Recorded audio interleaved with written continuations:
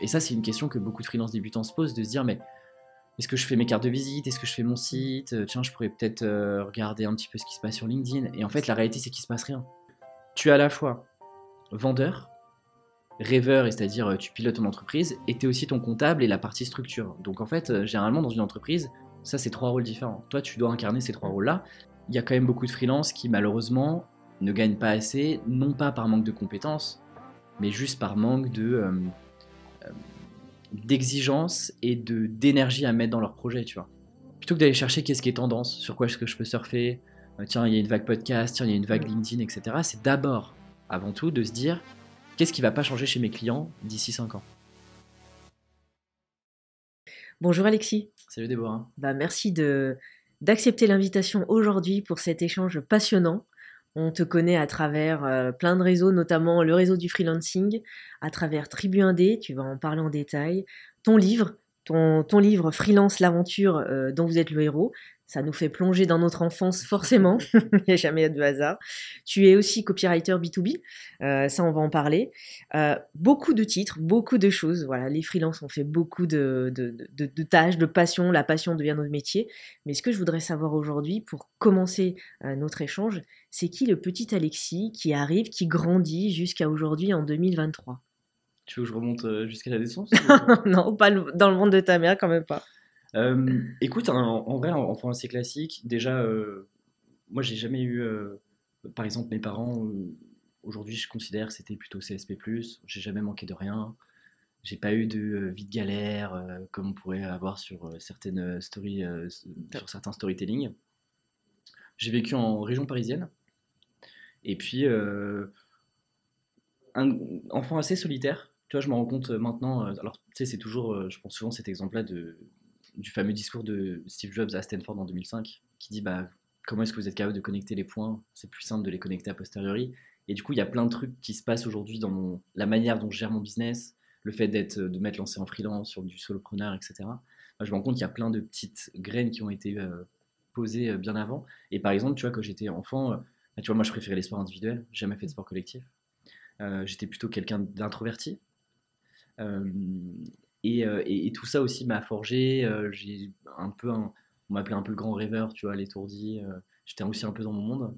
Mais enfance assez classique d'un enfant normal qui apprend, qui découvre, qui a des potes, etc. De quoi il rêvait le petit Alexis de 10 ans et il rêvait pas d'être freelance, hein. À l'époque, on pouvait même pas être freelance facilement. Il fallait avoir beaucoup d'argent de côté pour lancer sa structure. Mais dis-toi que même en 2000, du coup, moi je fais, donc après mon bac, je fais un DUT en 2 ans. Assez pratique, pratico-pratique sur du commercial. Et puis ensuite, je pars en école de commerce. Dis-toi qu'en école de commerce, on est 2013-2016. J'ai jamais entendu une seule personne me parler de freelancing, tu vois. Donc finalement, aujourd'hui, on a l'impression que C'est c'est une ok, norme. ça devient une norme pour une petite partie de la population. Mais effectivement, bah déjà, quand t'es petit, tu rêves pas vraiment de business, quoi. T'es un peu candide et naïf sur comment est-ce que les gens font pour vivre et gagner leur vie. Donc du coup, tu vois, j'ai des rêves assez naïfs. Moi, je voulais devenir architecte. Tu vois, ce côté construction, Ouais. imaginer des projets, etc. Ça me faisait bien kiffer. Et puis après, moi, j'ai su très tard déjà vers quoi je voulais me tourner. Tu vois, moi, j'ai le bac, bac S, quelques mois à l'époque, ça s'appelait, je sais plus comment ça s'appelle, mais en gros, pour postuler à différentes études, etc. Et tu vois, quelques mois avant de donner des choix, je savais même pas que je voulais faire du commerce. Donc, c'est un peu arrivé, tu vois, j'ai un peu mis les briques les unes après les autres sans avoir vraiment de plan, alors que, tu vois, certains ont des vocations, par exemple. Et ouais, moi, ça n'a jamais été trop mon cas. Donc, ouais, pendant longtemps, j'ai voulu être architecte, alors que j'ai aucun architecte dans la famille. Ouais. Euh, alors, est-ce qu'il y avait ce côté aussi peut-être un peu entrepreneur? Mais est avocat et associé, donc il y avait ce côté un petit peu entrepreneurial, mais qui n'était pas forcément le bon exemple parce que très peu à la maison, Mm. très peu disponible, etc. Et ma mère était une salariée, tu vois, qui avait son mercredi libre avec nous et tout, donc tu vois, j'ai jamais été vraiment baigné dans tu vois, la culture très entrepreneuriale, start-up, etc. Ça, c'est venu bien après, quoi. De l'idée d'être architecte au freelancing, il y a plusieurs années qui se passent. Qu'est-ce qui se passe dans ta tête et comment ça gravite? Bon, forcément, bah, je suis pas architecte, donc j'ai esquivé ça. En fait, je me suis dit après le bac, l'idée c'est que j'aimerais bien faire un truc pratico-pratique. J'ai détesté le lycée par exemple. Je pense que je fais partie des rares personnes qui n'ont pas aimé leurs années lycée. Je te comprends. Moi, j'avais hâte d'arriver à la fac pour être libre. Et tu vois, moi, il y avait un truc où en fait, je comprenais pas ce qu'on faisait, quoi.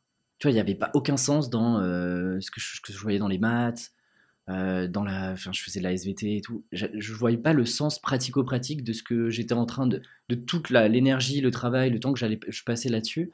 Je voyais pas en fait, je voyais pas la finalité concrète de ce que j'apprenais.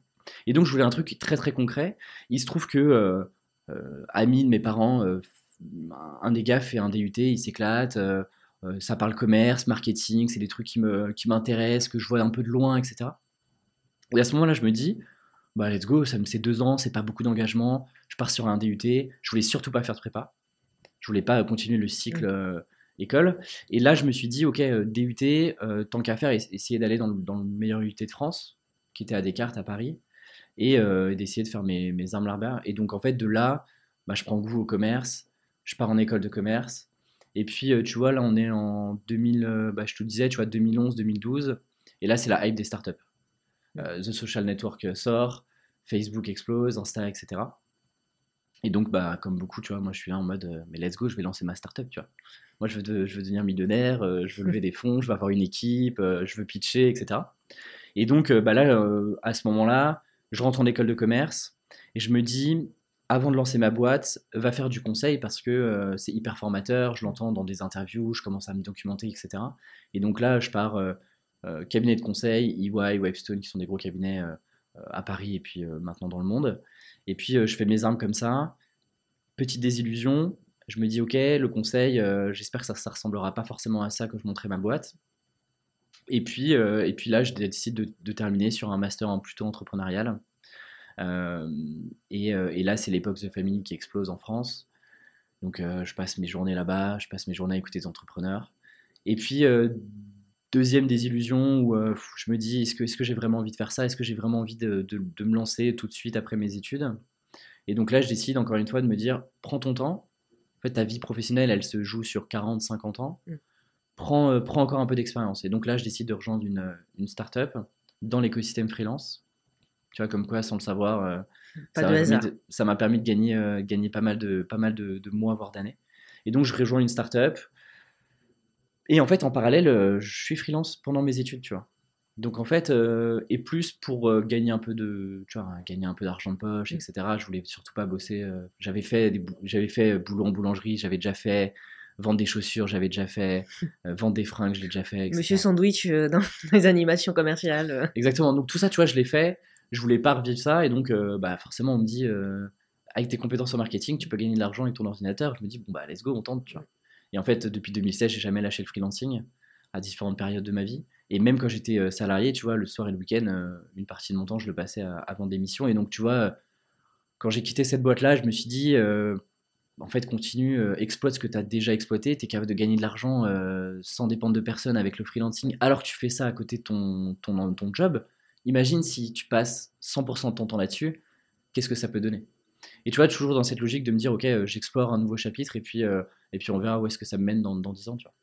Comment tu es arrivé dans la réflexion à te dire je vais accompagner des freelances sur leur méthodologie, leur stratégie, leur façon, les aider à arrêter le syndrome de l'imposteur parce que de faire de la prestation de service, d'accompagner des clients et de faire vraiment une formation, un bootcamp, peu importe le terme, hein, à accompagner une masse de gens et être un peu leur mentor, bah, c'est pas tout le monde qui le fait.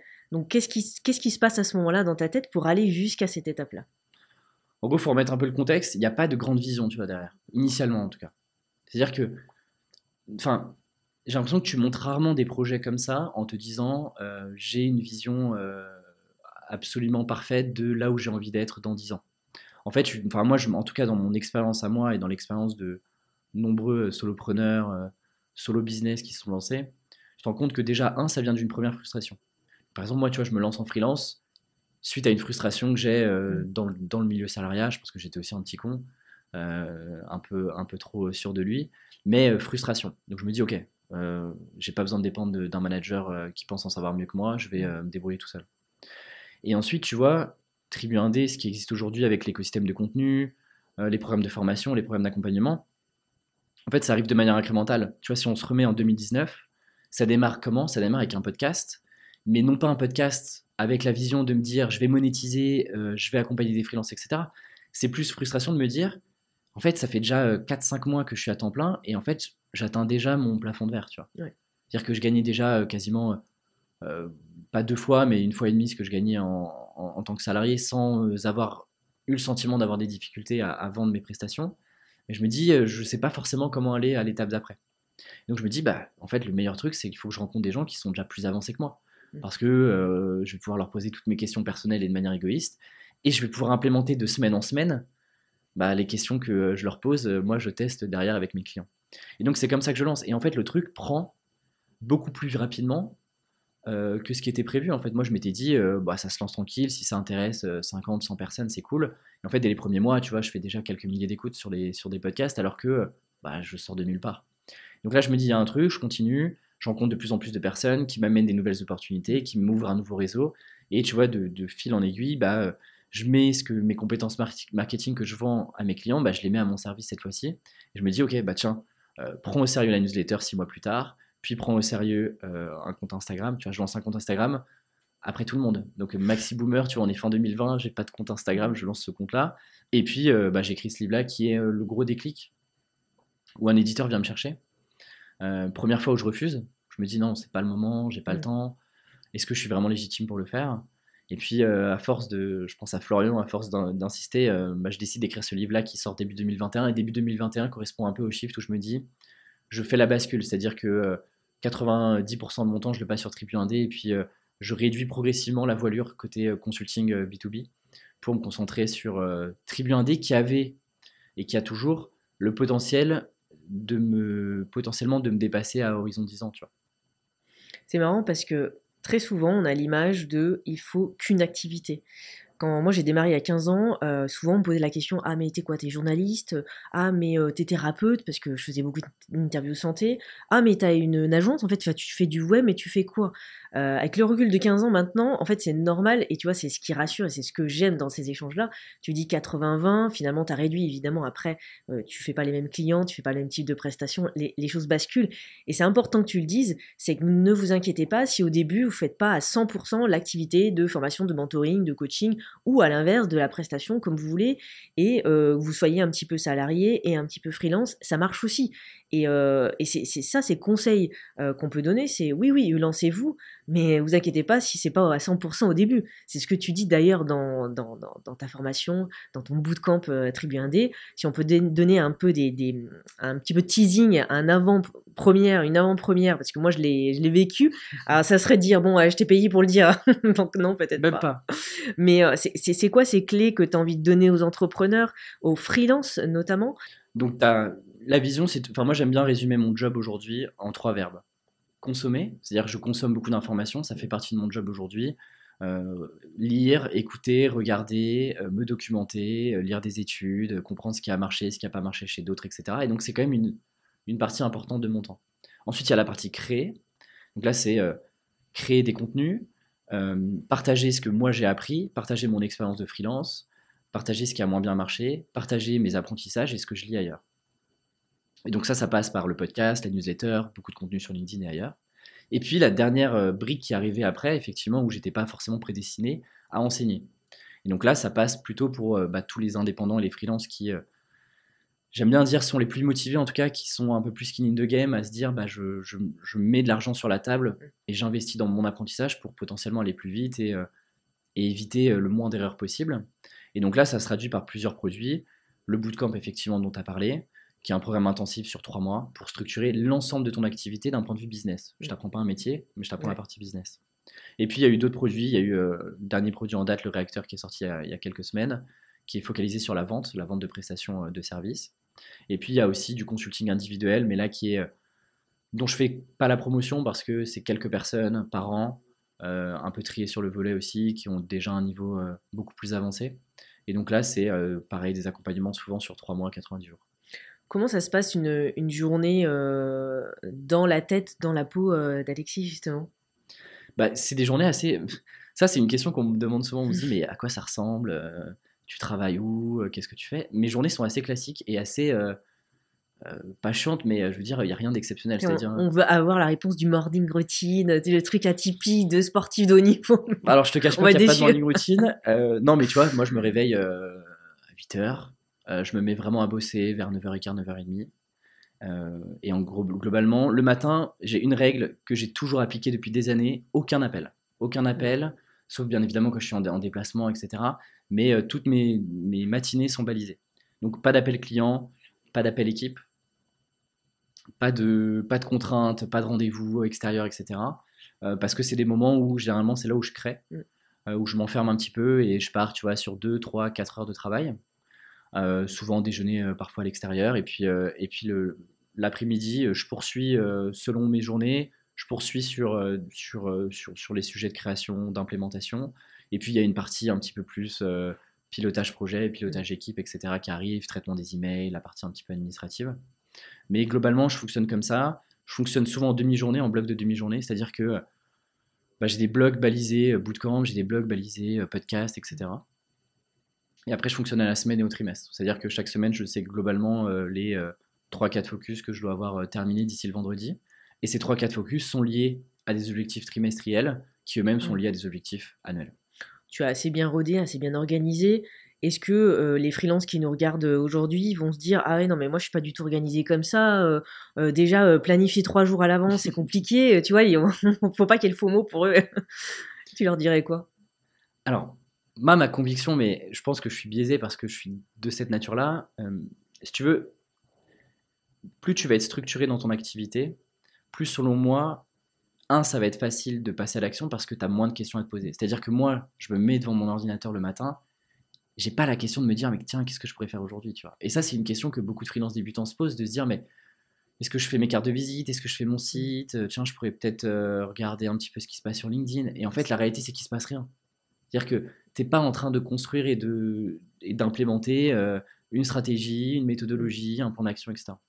Donc cette structure-là, elle est difficile et il y a beaucoup de freelances qui ont du mal avec le fait d'être. On se dit, mais attends, pourquoi est-ce que tu es en train de me créer de la rigidité dans un emploi du temps que je voulais fuir quand j'étais en entreprise? Bah, la réalité, c'est que si les entreprises fonctionnent comme ça, c'est qu'il y a une bonne raison aussi, tu vois. Je veux dire, il ne faut pas tout jeter sur le système, les grands comptes, les managers, l'organisation, la hiérarchie, etc. Le truc, c'est qu'il faut s'auto-motiver et s'auto-organiser et s'auto-structurer seul. Donc, moi, je considère qu'une bonne structure, et je le vois, tu vois, les freelances qui, moi, m'impressionnent, qui avancent très très vite, tu sens que c'est des freelances qui, un, sont très cadrés, deux, qui sont très structurés, et trois, qui se laissent pas forcément envahir par le côté sentiment de est-ce que je vais vraiment y arriver, etc. Qui se disent, bah, en fait, je teste, au pire, je me plante, c'est pas très grave, j'itère et je teste par ailleurs, tu vois. Tu sais, chez les freelances, il y a beaucoup cette peur du manque d'argent, du basculement du salariat vers l'auto-entreprise, enfin la micro-entreprise maintenant. Il y a toujours cette peur-là et qui vient très souvent. Moi, je suis entourée de cerveaux brillants, de freelances qui sont déjà organisés, et donc j'ai cette chance parce que j'arrive ou ils arrivent à ma rencontre déjà avec une organisation. Mais très souvent, je vois ceux qui ne convertissent pas ou ça ne fonctionne pas, quel que soit le type de collaboration, ils ont toujours cette peur en pilier numéro un de l'argent. Forcément découle la crédibilité, est-ce que je suis légitime finalement, etc. etc. Toi, tu le remarques, j'imagine. Bah, ça, c'est une réalité, tu vois. Si on était dans ton microcosme de personnes qui réussissent, alors réussissent, ça veut tout et rien dire, mais globalement qui n'ont pas de difficulté de générer de l'argent, de générer un impact commercial, etc. Effectivement, tu te dis, mais peut-être tu peux avoir une situation hautaine, et c'est ce qu'on voit parfois malheureusement sur les réseaux, de dire, mais les gars, vous êtes, enfin, qu'est-ce que vous faites, quoi? Genre, c'est pas si compliqué que ça. Donc en fait, tu peux vite être entouré de gens qui réussissent, et tu te dis, bah en fait, ça doit être la norme partout. La réalité, c'est que oui, il y a quand même, il faut le dire, c'est difficile en fait de vivre. C'est-à-dire que tu es à la fois vendeur, rêveur, et c'est-à-dire tu pilotes ton entreprise, et tu es aussi ton comptable et la partie structure. Donc en fait, généralement dans une entreprise, ça c'est trois rôles différents. Toi, tu dois incarner ces trois rôles-là, et tu dois être au minimum moyen, au mieux très bon sur chacun de ces piliers-là. Donc effectivement, c'est une réalité sur le fait que bah, tous les freelances n'ont pas le luxe à court terme de se dire je gagne suffisamment. Après, moi, j'aime bien me dire aussi que, tu vois, mon chiffre d'affaires, c'est une corrélation et c'est un résultat lié à l'exigence que je mets aussi dans le travail. Et quand tu creuses, il y a quand même beaucoup de freelances qui, malheureusement, ne gagnent pas assez, non pas par manque de compétences, mais juste par manque d'exigence et d'énergie à mettre dans leur projet, tu vois. Il y en a beaucoup qui ont plein d'idées, ont des bonnes compétences, mais juste passent pas à l'action, tu vois. Ouais. Se disent, bah en fait, j'ose pas aller sur un salon, j'ai pas envie de contacter 10 personnes, créer du contenu, ça m'intéresse pas vraiment. Bah ouais, mais en fait, il y a un moment, tu peux pas faire que des choses qui te plaisent et tu peux pas. Tu vois, ça, c'est un peu le syndrome de l'artiste de dire, mais non, mais moi, ce que je veux faire, c'est juste délivrer des prestations à mes Mm. clients. Bah, dans ce cas-là, en fait, reviens au salariat et on te paye pour délivrer de la prestation en interne. Mais quand tu choisis la voie entrepreneuriale, bah, tu dois gérer des trucs sur lesquels tu es moins confortable. La vente, l'organisation, faire parler de toi. Et tout ça, en fait, bah, ça s'apprend et c'est parfois difficile. Oui, cette visibilité, c'est d'aller démarcher. Alors, l'ancien terme commercial n'est plus du tout tendance maintenant, mais c'est ça, c'est il faut aller faire parler de toi. Je prends toujours l'exemple de une boulangerie qui se crée. Comment les gens vont venir acheter le pain, à part s'ils sont autour hein, à 500 mètres. Bah, le freelance, c'est un peu ça, c'est je me présente et c'est souvent très difficile. Je parle de ça parce que sur le recul, j'en ai vu pas mal. Alors, je les ai pas accompagnés comme toi du tout, mais je les ai vus dans l'envers du décor et c'était très compliqué de sortir de cette zone de confort en disant oui, mais il faut que j'aille vendre, il faut que j'aille me vendre, en fait. Et tu ne vends pas une société, tu te vends toi. Il y a aussi cette différence-là. Du coup, si on devait définir un freelance, c'est quoi aujourd'hui en 2023? Bah, pour moi, le freelance de 2023 est le même freelance qu'en 2019 et en 2007, tu vois. La réalité, c'est quoi? C'est qu'un business de freelance, c'est tu as des compétences métiers, tu es web designer, tu es copywriter, tu es illustrateur, tu es développeur, tu es un pro de la logistique comme j'ai pu en accompagner. Tu as des compétences et tu réponds à un besoin marché pour lequel une entreprise est prête à échanger ton temps et tes compétences contre de l'argent. C'est aussi simple que ça, tu vois. Il n'y a pas plus compliqué que ça. Le business freelance, c'est le business 1 sur lequel bah, la rentabilité, elle est jour zéro, puisque tu vends juste simplement ton temps et ton intelligence, entre guillemets, et tu réponds à un besoin marché qui est identifié. Comment réussir en tant que freelance en 2023? Il y en a qui disent création de contenu réseaux sociaux, visibilité avec des vidéos, il y en a qui disent aller faire des réseaux physiques, des réseaux digitaux. Voilà, c'est vrai qu'on a énormément d'outils. Moi, quand j'ai démarré, j'avais zéro outil. Ça m'a servi un poste et je salue Anina qui m'a inspiré là-dessus. Je disais, bah, j'ai pas d'outils en fait. Et quand je dis ça et quand je dis qu'il y avait la version bêta de Facebook, les gens me disent, mais t'as pas fait un burn-out? Non, j'ai failli. Et en fait, il y a tellement d'outils que des fois, on ne fait rien. C'est ce que tu disais tout à l'heure. On dit, bon, je ferai ça demain, etc. Donc, comment réussir si on voudrait répondre à cette question? Je te refais la même réponse que tout à l'heure, qui est, bah, en fait, tu réussis de la même manière qu'en 2019. Je m'explique. Effectivement, aujourd'hui, t'as plus d'outils, tu as plus de manières de réussir, tu as plus de canaux, le marché est devenu plus mature. La réalité, c'est que le freelancing rentre petit à petit dans les normes, même du côté des entreprises. C'est une bonne nouvelle parce que les entreprises comprennent que, bah, en fait, effectivement, on peut aller chercher des compétences ailleurs et on peut bien travailler avec des freelances qui ne sont pas dans vos locaux 5 jours sur 5. Le pan de ça, c'est qu'effectivement, du coup, beaucoup plus d'entrants sur le marché de freelance et donc beaucoup plus de concurrence. Mais moi, ce que j'aime bien dire, avant de se dire mais quelle tactique, quel canal je vais utiliser, etc., c'est de revenir à la base. Moi, j'aime bien me dire, plutôt que d'aller chercher qu'est-ce qui est tendance, sur quoi est-ce que je peux surfer, tiens, il y a une vague podcast, tiens, il y a une vague LinkedIn, etc., c'est d'abord, avant tout, de se dire, qu'est-ce qui ne va pas changer chez mes clients d'ici 5 ans. Premier point, c'est sur quoi est-ce que tu es capable d'accompagner tes clients aujourd'hui et qui ne changera pas dans 5 ans. Ça doit être ton unique focus, tu vois. Et donc là, tu commences à avoir un début de positionnement.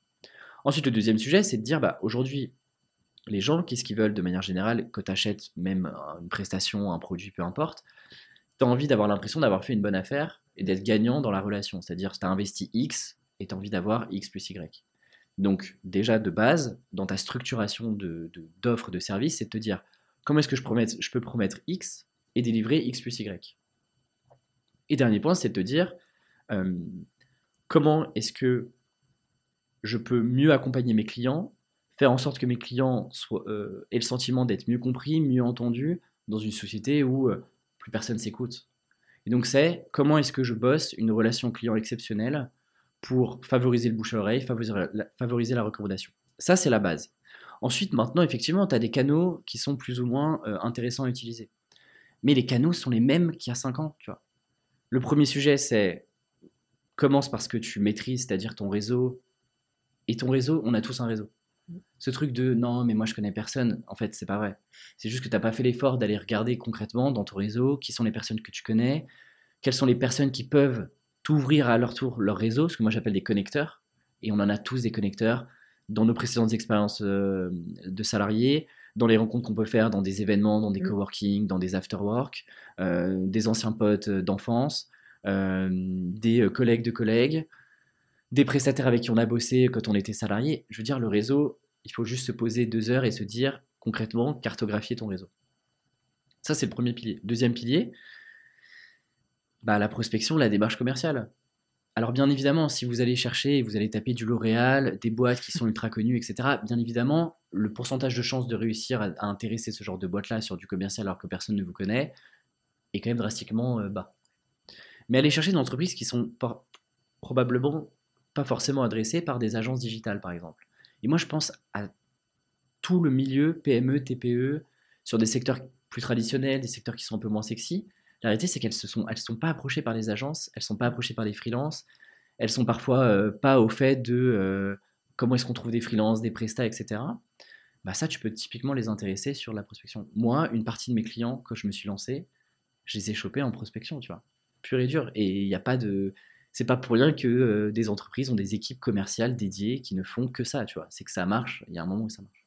Et puis le dernier point, effectivement, et ça c'est de plus en plus, et c'est peut-être la différence qu'il peut y avoir par rapport à il y a quelques années, c'est qu'aujourd'hui, il faut que tu apprennes à sortir du lot. Et pour sortir du lot, tu es obligé de communiquer sur ce que tu fais, documenter sur ce que tu fais, créer ce que moi j'appelle des masterpieces. Et donc là, l'idée, c'est là on rentre dans la tendance, là on revient sur les tendances, de se dire, aujourd'hui, quels sont les canaux d'opportunité sur lesquels je peux me focaliser. Donc par exemple, sur du B2B, tu vois, LinkedIn est aujourd'hui pour moi incontournable. Dans 2 ans, si on réécoute ce qu'on est en train de se dire, peut-être que j'aurais changé d'avis, tu vois. Mais aujourd'hui, ce serait dommage de ne pas mettre son énergie marketing sur le fait de créer des contenus LinkedIn. Et ça ne veut pas dire faire de l'inspirationnel, jouer à l'influenceur, tu vois. Moi, j'ai des dizaines et des dizaines d'exemples, à la fois dans les participants de mes différentes formations, mais aussi dans les personnes que je côtoie, qui ne se montrent pas et qui ne font que des contenus de valeur, c'est-à-dire des contenus qui parlent de leurs compétences, qui parlent des contenus d'analyse, des contenus beaucoup plus poussés sur de la compétence et non pas juste sur l'inspirationnel, sur des choses vues et revues, quoi. C'est exactement ça. Ce que je retiens de ce que tu dis, c'est définir ses offres, définir ce qu'on peut proposer. Et très souvent, on a l'impression de dire « Ah je sais clairement ce que je vais proposer ». Ok, mais ce qui est aussi très intéressant, c'est à qui tu vas le proposer. Et définir cette niche de clients, alors niche entre gros guillemets, cette classe-là, très souvent le freelance ne le fait pas. Moi, quand je suis sortie, quand j'ai créé mon auto-entreprise à l'époque, je pensais même pas du tout à une communauté, une niche de clients, je bombardais tout le monde et en fait ça signait pas du tout. Du coup je galérais, je comprenais pas. J'aurais aimé t'avoir à l'époque. Donc c'est ça qui est important, c'est dites-vous qu'il y a, comme tu le dis, des connecteurs de partout. J'ai encore entendu un freelance dernièrement, oui mais de toute façon il n'y a personne. Mais tu es où? Dans un cowork, il y a 60 personnes. Si chaque personne te recommande quelqu'un, oui mais du coup je lui vends, oh mais c'est trop technique ce que je vends. C'est peut-être que tu l'exprimes mal, etc. Et c'est des choses, je trouve qu'on devrait même apprendre de base dans nos formations, quel que soit le domaine, de dire comment on arrive à se vendre. Les US, ils font plus que nous, même la prise de parole en public, même les podcasts, tout ça. Et de trouver aussi le contenu, le média, comme tu le dis, c'est bien, c'est important parce que il y a beaucoup de freelances qui disent « mais j'ai tout ça à faire, il faut que je sois hyper présent sur tous les réseaux sociaux, et du coup c'est hyper compliqué ». Mais effectivement, si tu ne fais rien, il n'y a rien qui se fera de toute façon. Je pense, tu vois, il y a 2 sujets sur l'offre et si tu veux, le premier sujet, c'est d'abord de partir de toi et de te dire, est-ce que foncièrement, tu as des compétences à revendre? Donc moi, j'aime bien parler de compétences rares et utiles. Rares, c'est des compétences que tu es capable, que tu peux apprendre par toi-même, mais si tu veux les pousser à haut niveau, eh bien, tu laisses de côté la plupart des gens. Tu vois. Donc par exemple, si tu veux venir, je sais pas, si tu te lances sur Webflow ou WordPress, et que tu as envie d'aller pousser l'outil le plus possible, mais en fait, la plupart des gens ne sont pas prêts à mettre les efforts, l'intensité, etc. Et utile, c'est que ça répond à un besoin marché. Et sur ce deuxième sujet, ça c'est l'erreur, c'est l'erreur mais commune de 80% des freelances qui ont du mal à vivre de leur activité, c'est votre marché, vous aurez beau mettre tout en place, juste le marché n'est pas prêt pour acheter de votre prestation. Donc moi j'aime bien parler de marché rentable. Marché rentable c'est quoi? C'est 4 points. Est-ce que les besoins sont clairement identifiés? Parce que, par exemple, parfois on me dit, non mais moi je vends de la communication, toutes les entreprises ont besoin de communication. Oui, mais toutes les entreprises n'ont pas un besoin critique de communication, premier point, et toutes les entreprises ne valorisent pas aussi bien la communication sur différents marchés à tel point de payer une prestation mensuelle, récurrente, etc. Donc est-ce que le besoin il est clairement identifié et on est sur un problème fort du côté de l'entreprise qu'elle a du mal à résoudre. Deuxième point, est-ce que le marché et les entreprises ont le budget nécessaire pour investir sur ce problème-là, sur cette problématique-là et sur cette solution-là? Parce que pareil, tous les freelances qui ciblent d'autres indépendants et qui disent bah moi je t'aide à faire ton site internet, bien évidemment que les indépendants vont dire mais trop bien, moi j'ai trop envie d'un site internet, par contre j'ai 500 € à mettre. Et donc là tu fais pas une activité rentable, ou alors tu fais énormément de volume et tu es sur un autre business. Troisième point, est-ce que ces clients-là, ce marché-là est facile à adresser? Ça veut dire quoi? C'est est-ce que tu es capable, de les identifier facilement sur internet, au niveau local, dans des podcasts, peu importe. Est-ce que tu es capable de me faire une liste en 1 heure de 50 entreprises qui auraient les besoins identifiés, le budget nécessaire? Si déjà tu galères, tu vois, juste à identifier d'entreprises, imagine si derrière tu dois les convaincre. Tu vois, ton entonnoir, il se réduit drastiquement. Et le dernier, c'est est-ce que tu es sur un marché en croissance?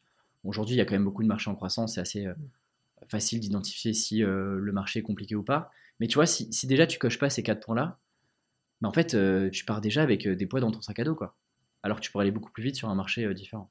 Justement, l'entreprise versus le salariat, c'est un peu, on pourrait faire un podcast juste sur ça avec plusieurs acteurs, c'est très souvent ce combat de boxe entre ceux qui vont dire oui, mais il n'y a que des avantages à être salarié et il n'y a que des avantages à être freelance. Qu'est-ce que toi, tu leur dirais à ces gens qui sont un peu en fighting entre les deux ou qui s'interrogent? Et puis, c'est aussi possible d'être dans une partie de ta vie salarié, devenir freelance ou vice-versa. Moi, j'ai été salarié. Et enfin, moi, tu vois, je suis pas de l'école de les gens qui sont salariés, c'est la rat race, ils ont rien compris à la vie, il faudrait que tout le monde soit freelance. La réalité, c'est que heureusement que des gens sont salariés parce que c'est eux qui nous donnent, enfin, c'est eux qui nous achètent nos prestations de service, tu vois. Donc, si tu veux, moi, je suis très content qu'il y ait encore des salariés et j'espère qu'il y en aura encore. On les salue.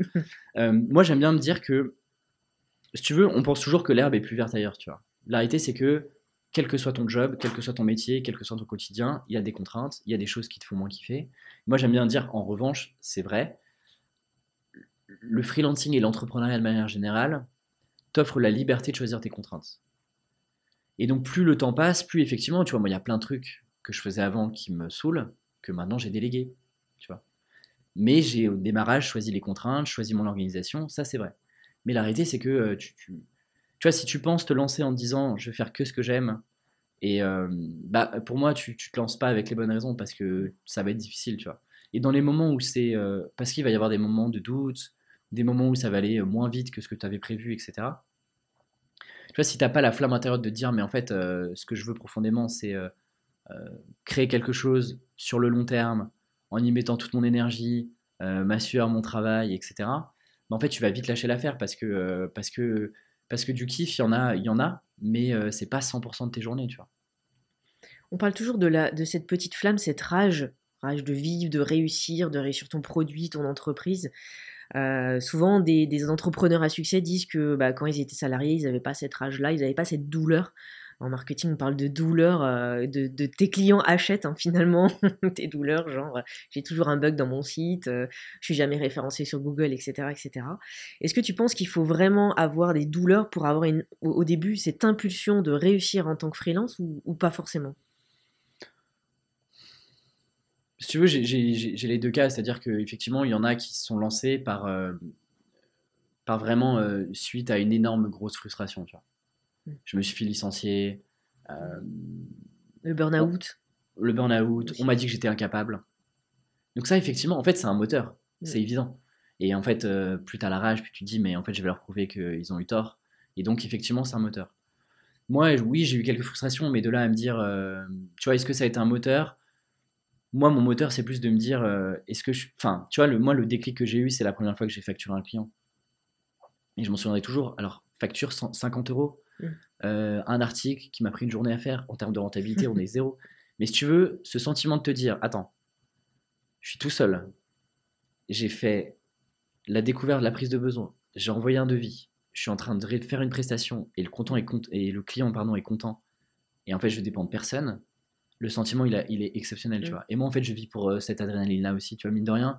Il y a un côté très, très addictif de me dire, je suis en train de, tu vois, un peu comme moi, je suis un grand enfant et je suis un fan de Lego, bah, tu es en train de construire un truc qui petit à petit prend forme, tu poses des briques après des briques, et moi, je le vois vraiment comme un jeu, tu vois, la vie entrepreneuriale, si tu le vois pas comme un jeu et que tu te prends trop au sérieux d'un point de vue structure, ouais, tu vas péter un plomb, tu vois, c'est évident. Donc, tu vois, moi, j'ai pas de frustration, j'ai plus ce côté, est-ce que je m'amuse toujours, tu vois. Ça, c'est un truc vraiment important pour moi. Est-ce que je m'amuse toujours?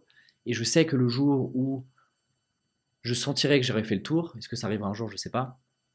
Moi, j'aime bien me dire qu'on est dans un jeu infini, tu vois. Il n'y a pas un seul gagnant, il n'y a pas un gagnant, un perdant. Le gâteau est suffisamment grand. Euh, donc, tu vois, on est sur un jeu infini où je pense pas un jour me lasser, mais tu vois, moi, j'ai aucun problème à me dire peut-être que demain, je retournerai dans le salariat, tu vois. Où je rejoindrai un projet commun avec des associés.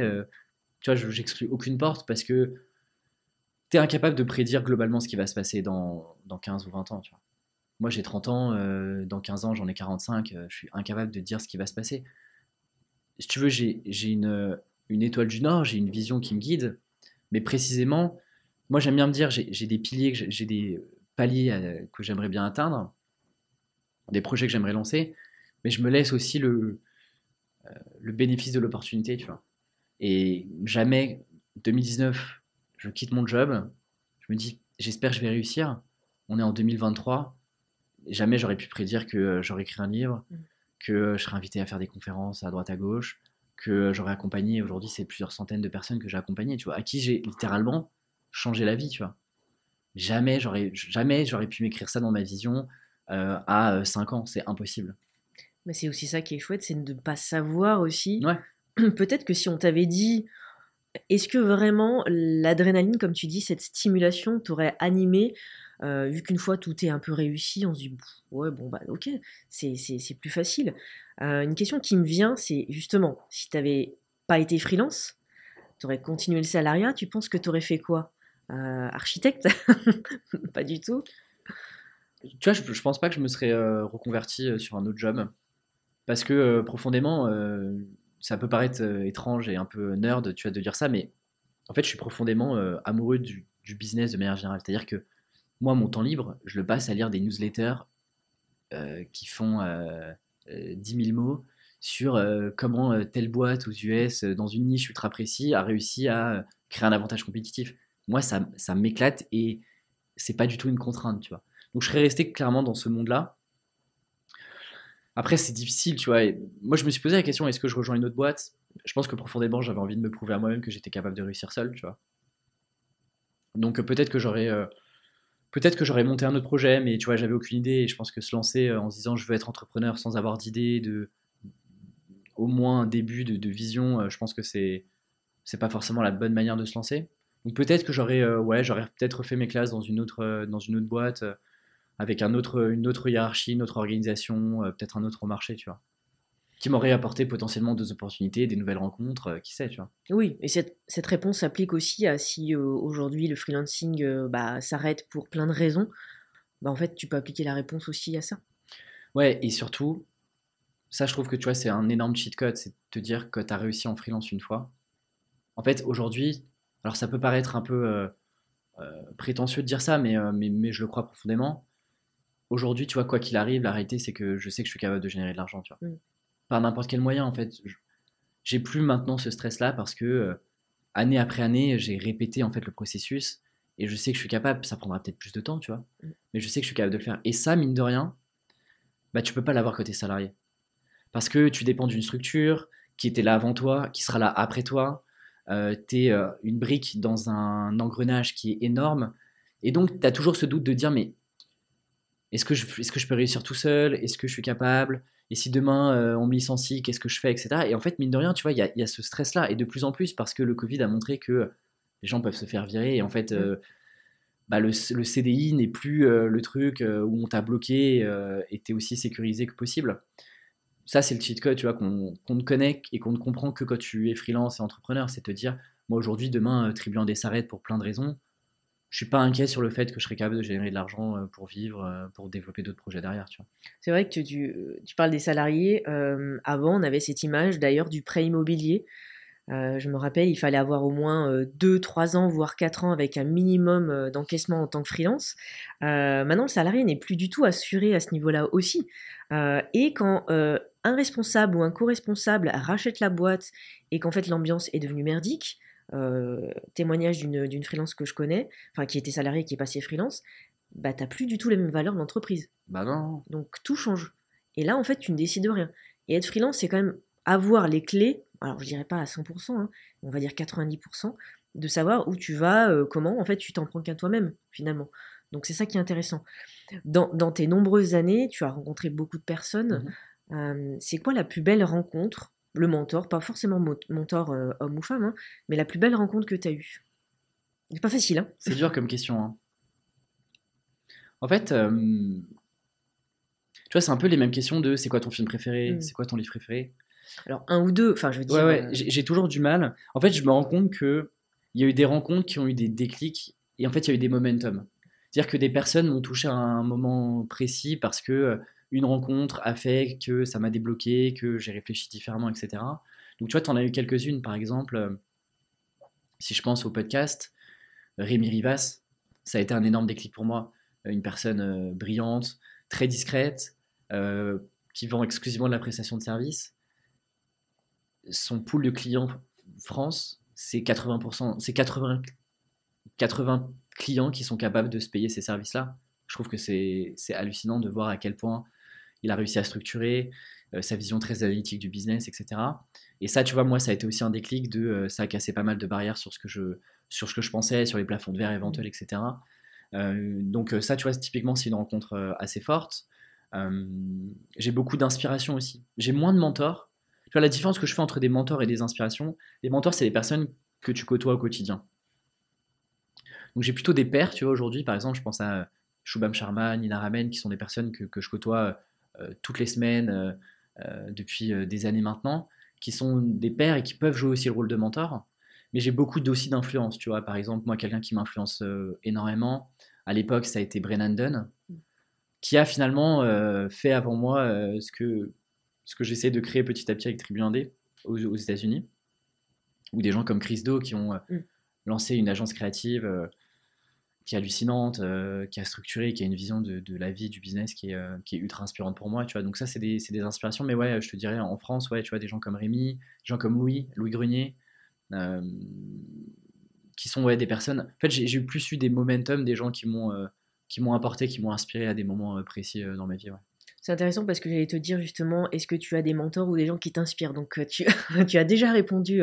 Et c'est intéressant parce que on a toujours cette impression de pas assez d'expérience, pas assez de chiffre d'affaires, de ne pas être inspirant. Mais en fait, chaque étape, chaque freelance, parce qu'on est vraiment dans le freelance ici, inspire d'autres personnes par un podcast qui démarre, la création d'une solution, d'un produit. On voit bien sur des startups avec des produits innovants qui grandissent très rapidement alors qu'ils ont démarré dans une grange, dans une ferme. Mais en fait, tu vois, en plus, ce qui est compliqué, c'est que déjà, la partie, le freelancing de manière générale, c'est quand même un truc assez nouveau d'un point de vue marketing, communication, visibilité. Et donc, sur par exemple Tribu Indé, l'écosystème, l'entreprise que je suis en train de développer, déjà il y a très peu il y a très peu d'entreprises similaires en France, tu vois, qui ont ce modèle-là. Aux US, il y en a quelques-uns, mais pareil, tu vois, le marché n'est pas non plus ultra mature à tel point que je suis capable de me dire, ok, en fait, voilà la roadmap, je copycat ce qui a été fait et j'applique juste et je répète, je répète, je répète. Ça, c'est le premier point. Le deuxième point, c'est que moi, je considère que j'ai un pied dans l'infoprenariat, c'est-à-dire le vendre de l'information, mais je me considère surtout pas comme un infopreneur, tu vois. Moi, je fais pas de tunnels compliqués, je fais pas de webinaires avec des comptes à rebours. Donc en fait, tu vois, moi, je viens du monde startup, B2B, qui est un monde différent, qui est pas mieux ou moins bien, mais qui est différent et qui a de ses inspirations, où euh, on soigne tous les micro-détails, etc. Et donc, tu vois, moi, j'ai gardé ce truc-là. Et donc, si tu veux, vu que j'ai un pied entre les deux, bah, tu vois, j'ai pas de côté infoprenariat, bah, j'ai pas de personne qui m'inspire profondément, tu vois, où je me dis, je veux avoir ce modèle-là parce que c'est pas un modèle qui m'intéresse en tant que tel. Moi, tu vois, la vente de produits d'information n'est qu'un chapitre et dans ma vision globale n'est qu'une toute petite partie de la vision que j'ai pour Tribu Indé. Et j'ai ce côté startup, mais je suis pas une startup, tu vois.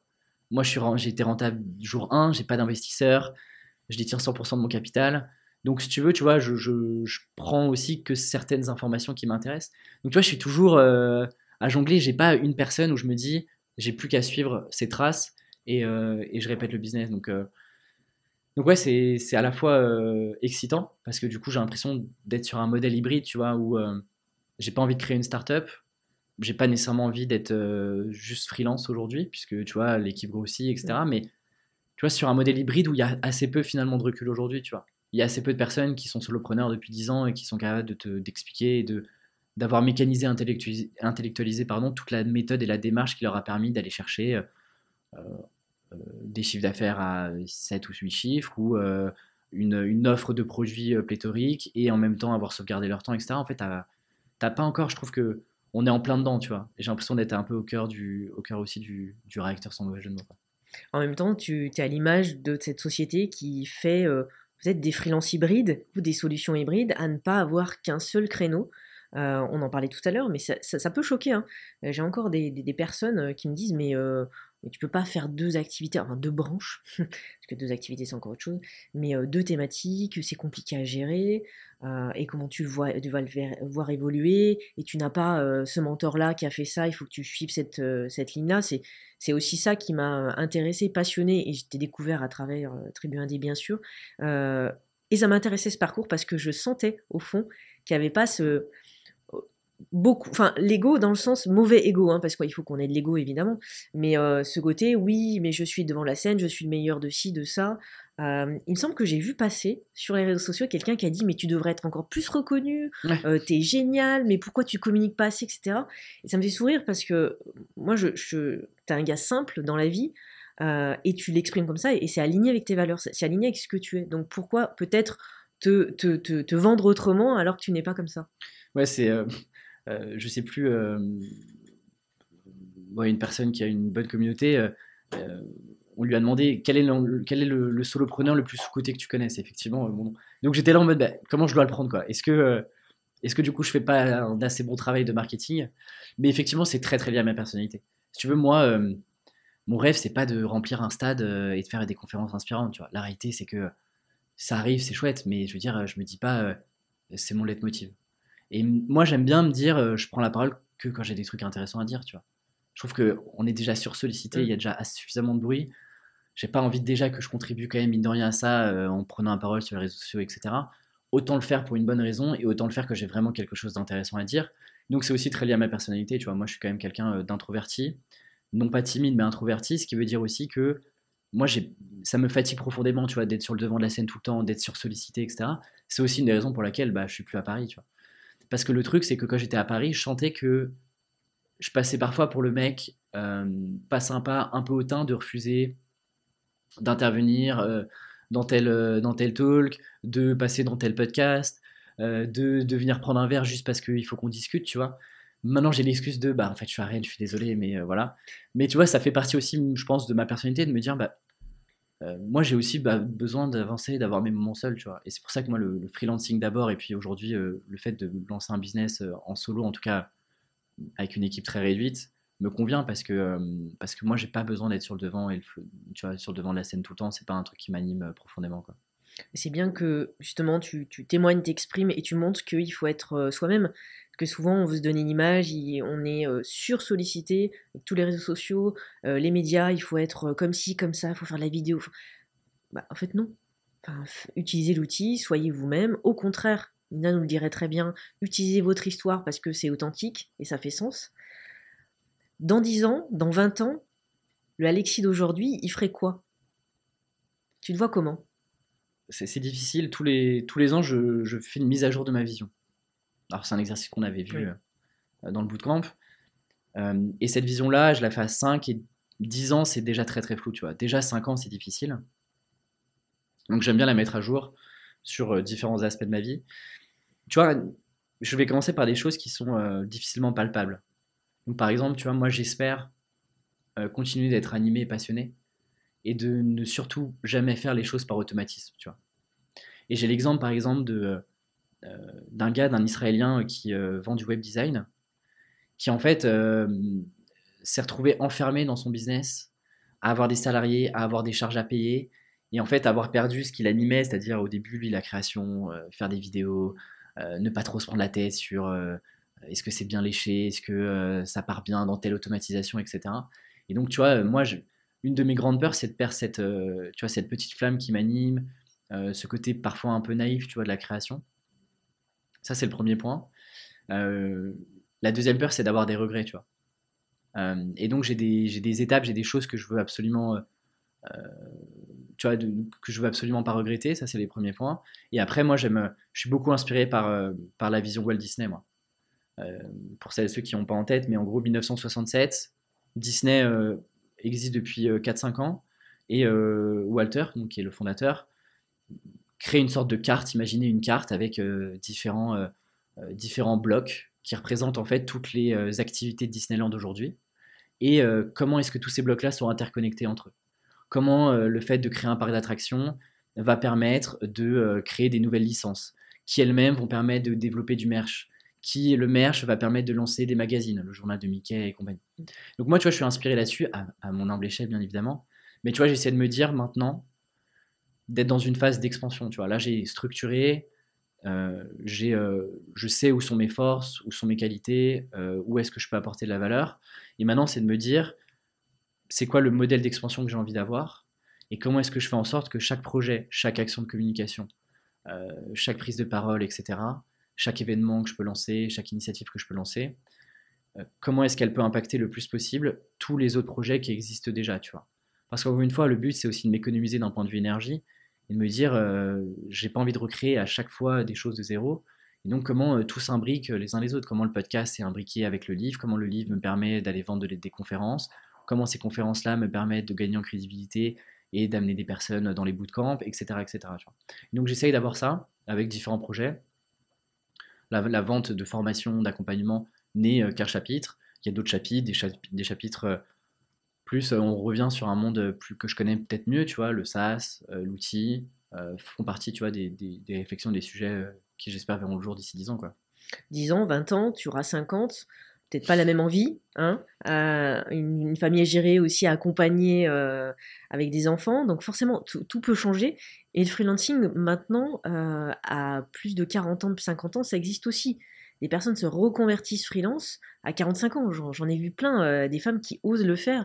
Donc il n'y a pas de limite au freelancing, parce que j'ai entendu hier au festival quelqu'un dire oui, mais bon, plus de 50 ans freelance. Mais freelance n'est pas égal jeune en basket qui a le sac à dos, quoi. Et surtout, enfin, je veux dire, tu es capable de créer la vie professionnelle que tu as envie sur le freelancing. On n'est pas en train de te dire, il faut que tu ailles chercher les 10 cas par mois en un an, etc. En fait, tu peux. Moi, je connais des freelances. Leur plaisir, c'est d'avoir une fourchette, un objectif maximum. Tu sais, généralement, on se dit, bah, mon objectif, c'est de faire, j'en sais rien, 10 de chiffre d'affaires, d'aller chercher au moins 20 clients, machin. Mais on se fixe jamais des objectifs à ne pas dépasser. Mm. Et donc, moi, je connais un freelance qui me dit, moi, mon objectif, c'est 80 000 euros. Une fois que j'ai fait 80 000 euros, si je l'ai fait en juin, j'arrête de bosser. Mm. Je vais voyager, je fais de l'escalade parce que j'adore ça et donc je vais dans des spots, machin, je surfe. Donc en fait, tu peux aussi avoir un truc où tu gagnes 2, 3, 4 000 euros, c'est ok, c'est déjà plus que 80% des gens en France, tu vois, il Ouais. faut pas l'oublier non plus. Donc t'es pas obligé non plus de te mettre des objectifs énormes.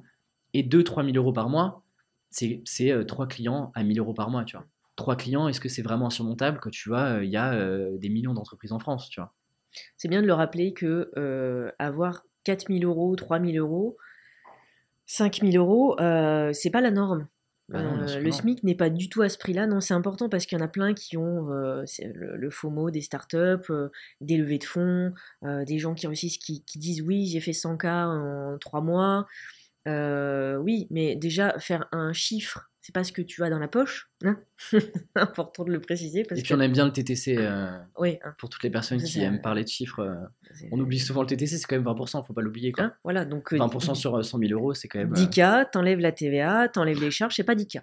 Non, c'est important parce que du coup, on a toujours ce syndrome de ah non, mais je fais pas assez bien, c'est pas assez cher, je suis pas assez bien payé, etc. Donc, ouais, c'est hyper intéressant. J'ai toujours une petite dernière question, moi, que j'aime bien poser, qui fait un peu équipe d'introspection. Si aujourd'hui, en face de toi, donc tu avais le petit Alexis de 5 ans, de 10 ans, une période toujours pas facile entre 10 et 15 ans, hein, adolescent, tu lui dirais quoi aujourd'hui? Tu sais que ça me fait vieux, hein. Tu sais que j'ai du mal à... Ça me fait J'ai eu rire. 30 ans il y a pas longtemps, je te fais une petite confidence.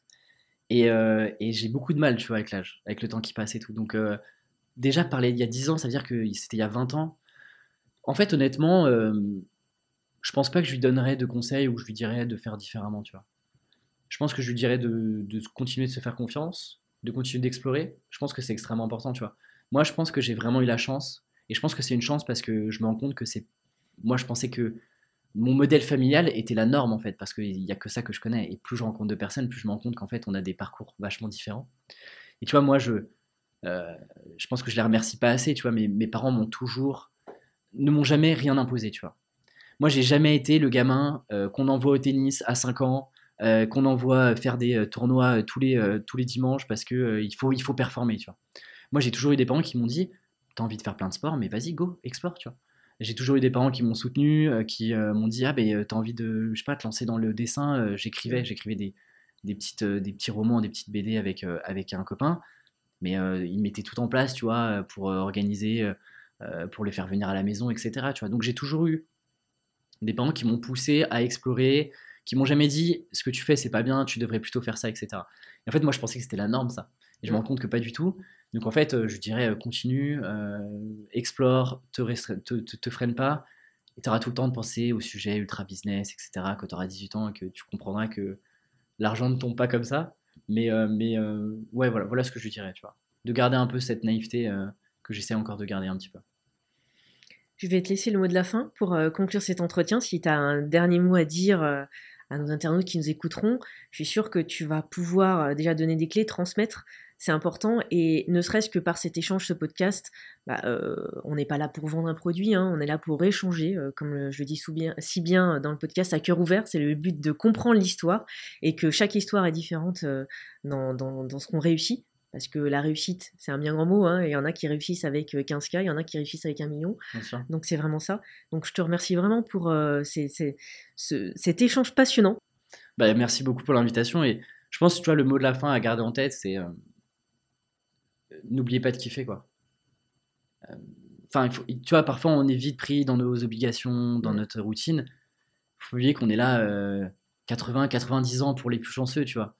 Et que, en fait, la réalité, c'est qu'après, il se passera plus rien. Donc, tu vois, si tu kiffes pas maintenant, c'est pas dans 50 ans et se dire non, je vais attendre ma retraite, je vais attendre.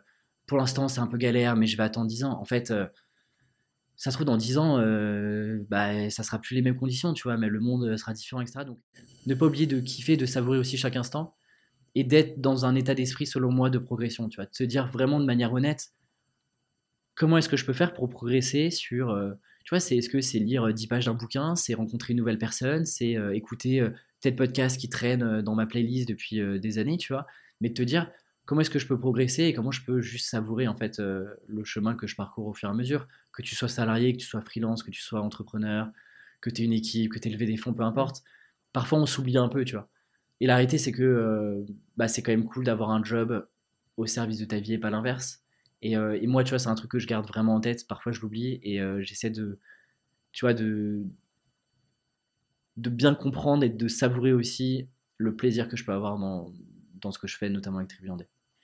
Comme disait un grand chercheur, que je ne veux pas le citer parce que ce n'est pas le but aujourd'hui, il parlait d'envie et il disait que les personnes qui tombent malades de maladies graves n'ont plus cette flamme, cette envie d'être en vie, hein, d'être animé, ne serait-ce qu'aller manger sa chocolatine. Je crois que chez toi on dit chocolatine. Non, Non, pas au chocolat. Pas au chocolat, donc ça va. D'aller faire une rencontre, de participer, de voyager. Et c'est ça qui est important et je trouve qui est animé vraiment dans l'âme des entrepreneurs et des freelances. Carrément, je suis 100% d'accord avec toi. Merci Alexis. Merci à toi.